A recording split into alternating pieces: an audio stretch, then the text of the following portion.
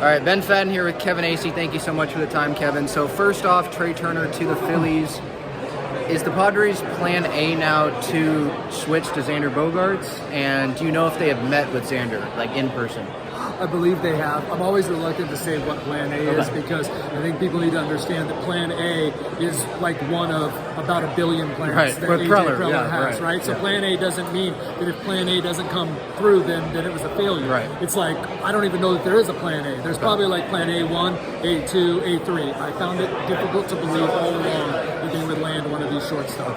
AJ Preller does his due diligence, and I think his due diligence is more thorough than a lot of people's due diligence. So meeting with Trey Turner, meeting with Xander Bogaerts, like, what does it really mean? I gotta tell you, like, I don't know. Do you know, so with Trey Turner, they met multiple times according to other reporters.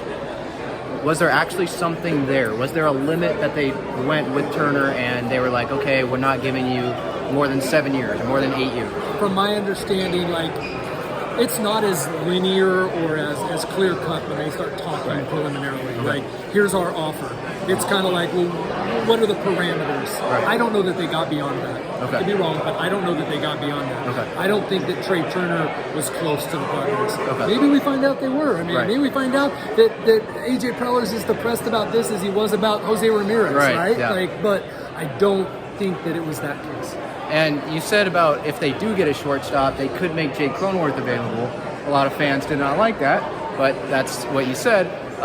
What about Hassan Kim? Would they make him available if they got a shortstop? The way that was put to me is it would be a middle infielder. It could be Hassan Kim. I haven't heard anything about that.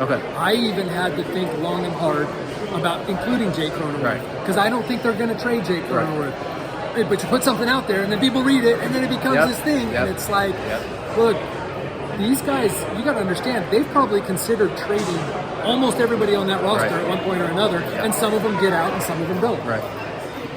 And starting pitching market, do you think AJ, with these soaring prices, you know, with starting pitchers, do you think he's more likely to go the trade route with this and try to go the higher, you know, free agents numbers with the position players instead of opt to go that route with the pitching? You know, I started to think about that, and that's one of the things I'm trying to look right now to find out if I can find out more about that, because I think that's a really interesting, the level of pitcher that they're looking at. If it's not Senga, let's say, if it's a 4 or 5, I think trade might be the way to go. Smaller because salary, you think about what people are getting, like you think about Nick Martinez's deal now.